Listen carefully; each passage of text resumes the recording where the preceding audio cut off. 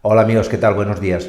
Me imagino que ya todos conocéis la importancia que tiene en la actualidad mantener lo más bajo posible los niveles del llamado colesterol malo, el LDL o lipoproteínas de baja densidad, por el elevado riesgo que tiene este tipo de colesterol de acumularse en los vasos sanguíneos y provocar toda una serie de enfermedades cardiovasculares. Para su control, ya es conocido también por todos, pues hay que llevar una dieta equilibrada, hay que hacer ejercicio, etcétera, etcétera. Pero en este vídeo, además, os voy a proponer una serie de infusiones, en concreto 5, que van a hacer más fácil este proceso de bajar el llamado colesterol malo. Son 5 infusiones que están demostradas científicamente que ayudan a bajar este colesterol y que por lo tanto son el complemento ideal para el tratamiento de esta enfermedad a nivel de cualquier tipo de persona, con independencia de su edad. ¿De acuerdo? Pues no me enrollo más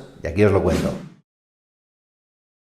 Una de las primeras infusiones que debes plantearte siempre tomar cuando tus niveles de colesterol malo sean especialmente altos es la infusión de jengibre. El jengibre tiene en su composición una serie de sustancias que ayudan a reducir de forma clara y natural estos niveles de colesterol. Otra infusión que también funciona tremendamente bien para bajar los niveles altos del llamado colesterol malo son las infusiones a partir tanto de las hojas como de las raíces de la planta diente de león. Y es muy sencillo, al igual que con el jengibre, se trata de hacer una infusión, poner ya sea las hojas o ya sea las raíces a hervir durante un cuarto de hora, dejar reposar y tomar diariamente. Me he olvidado de decírtelo antes, pero tanto las infusiones de jengibre como estas y las siguientes de las cuales vamos a hablar requieren que seas constante, es decir, no vale con que te las tomes un día y ya está. Va a ser un ejercicio de incorporar de manera habitual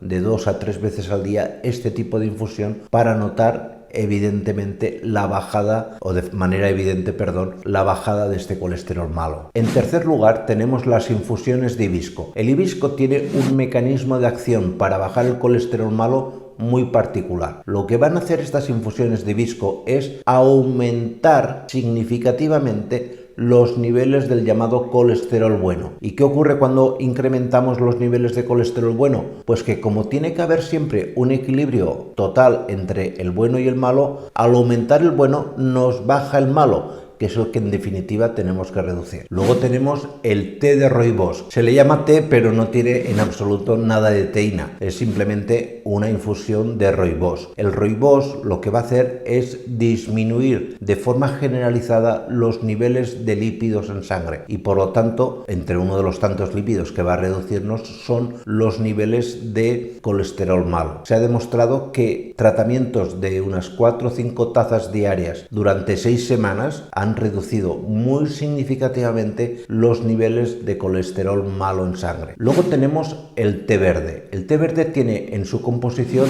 una sustancia denominada gelato de epigalocatequina. Esta sustancia se ha demostrado que es altamente efectiva en la reducción de los niveles del llamado colesterol malo. Por lo tanto, tomado de forma diaria, es un producto de muy fácil tomar. Nos va a ayudar a que no se produzca estos incrementos de este tipo de colesterol, evidentemente acompañado de una dieta adecuada y de moderado ejercicio. Solamente con las infusiones no es suficiente, pero las 5 que te he comentado muy claramente suponen una ayuda muy eficaz en el control del colesterol. Pues nada más, muchísimas gracias y nos vemos en siguientes vídeos. Cuidaros mucho. Chao.